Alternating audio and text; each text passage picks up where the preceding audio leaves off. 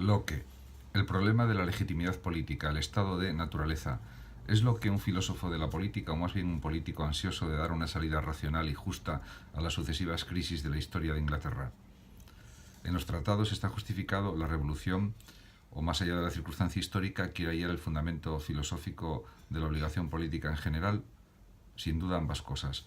Y porque consiga aunarlas en una sola teoría, Locke es un lúcido ejemplo de lo que todo filósofo de la práctica debiera saber hacer: elevar la anécdota a categoría, emprender la reflexión a partir de la realidad vivida, de las dificultades y problemas de la vida política del momento, para acabar con una propuesta que trasciende el propio contexto histórico.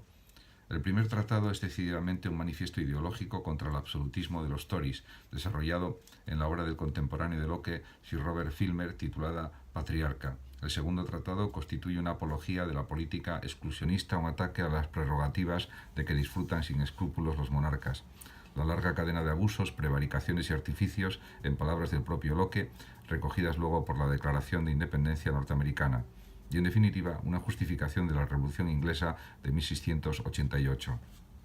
En uno y otro tratado, sin embargo, Locke acaba distanciándose de la historia concreta y sus tratados se convierten en la expresión de los derechos burgueses frente a los privilegios de la sociedad feudal, en la proclamación de la autonomía política del ciudadano, base teórica de una política constitucional.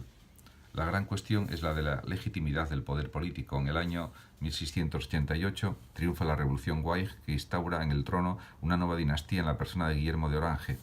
Locke presenta sus tratados como las páginas que estima suficientes para consolidar el trono de nuestro gran restaurador y actual rey Guillermo, para confirmar su título, que es el consentimiento del pueblo, único de todos los gobiernos legítimos, y para justificar ante el mundo al pueblo de Inglaterra. Se trata, pues, de poner de manifiesto la única forma legítima de acceder al poder y de mantenerlo.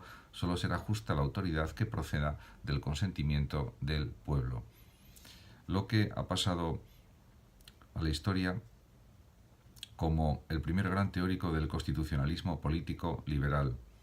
Y en efecto, la concepción de la libertad individual, así como la lucha por mantenerla, son los motivos que gobiernan toda su investigación sobre la autoridad y el poder político. La esclavitud es un estado vil y miserable, es más, tan vil y miserable y tan directamente opuesto al generoso temple y valor de nuestra nación, que es difícil concebir que un inglés, y mucho menos un caballero, pueda defenderla.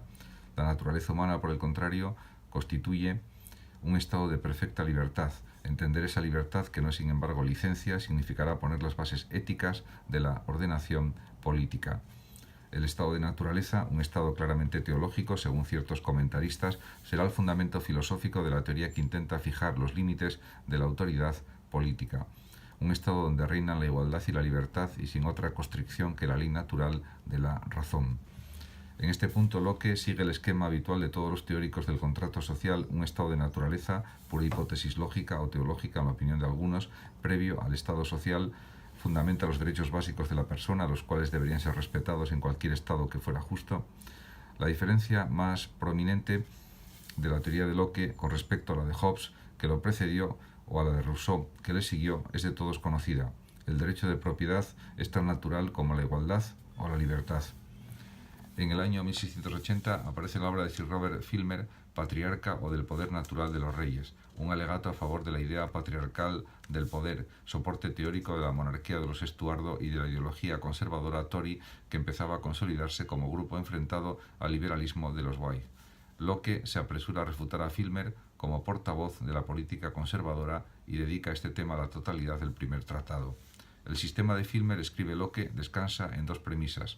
Todo gobierno es monarquía absoluta y ningún hombre nace libre. Ninguna de ambas tesis puede, según nuestro filósofo, ser fundamentada ni por la escritura ni por la razón. Filmer malinterpreta, pues, el Génesis al entender que Dios creó a Adán y le dio la soberanía sobre Eva y, por deducción, sobre todas las criaturas. El poder monárquico vendría así derivado lógicamente de esa original donación. Locke dedica páginas interminables a refutar tales creencias apresuradas e injustificadas. ¿Qué quiere decir que Adán fue rey desde su creación? ¿Qué título le otorga poder sobre las demás criaturas? ¿Cómo podía ser soberano de una descendencia aún inexistente? No hay pruebas ni conexión coherente entre el texto bíblico y esas afirmaciones. En primer lugar, dice Dios en efecto dio poder a Adán sobre todos los seres vivientes, pero al hablar de seres vivientes se refería obviamente a los animales. En cuanto al poder otorgado, en ningún caso debe interpretarse como un poder monárquico.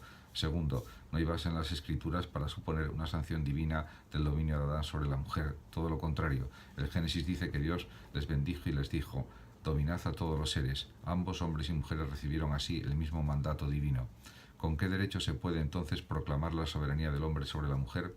Lo que, hay que decirlo, se anticipa, por lo menos aquí, a las reivindicaciones posteriores de la igualdad de sexos e insiste sobradamente en la ausencia de fundamento para una discriminación que siempre se dio por supuesta. Ni siquiera el poder sobre los hijos es exclusivo del padre, puesto que Dios dice: honra a tu padre y a tu madre. En tercer lugar, aun suponiendo que el poder absoluto de Adán fuese legítimo o natural, habrá que preguntarse cómo se transmite y cómo se hereda. El derecho de propiedad de Adán sobre las criaturas se basa en la necesidad que tiene de servirse de ellas para su subsistencia. El mismo derecho es extensivo a toda la humanidad. No hay herederos con más títulos que otros. La primogenitura no otorga derecho de sucesión. Rechazada la interpretación de Filmer, convendrá pues poner las bases de la autoridad política, cuestión de primera importancia para el orden social. Efectivamente, la gran cuestión que en todas las edades ha conturbado a la humanidad y ha traído sobre ella la mayoría de las calamidades que han arruinado ciudades, despoblado países y alterado la paz del mundo ha sido no si debe haber poder en el mundo, ni de dónde viene, sino quién ha de tenerlo. Pues bien, a juicio de Locke y contra Filmer, no son el privilegio o la herencia la justificación legítima de la autoridad o del dominio, sino el consentimiento y el pacto.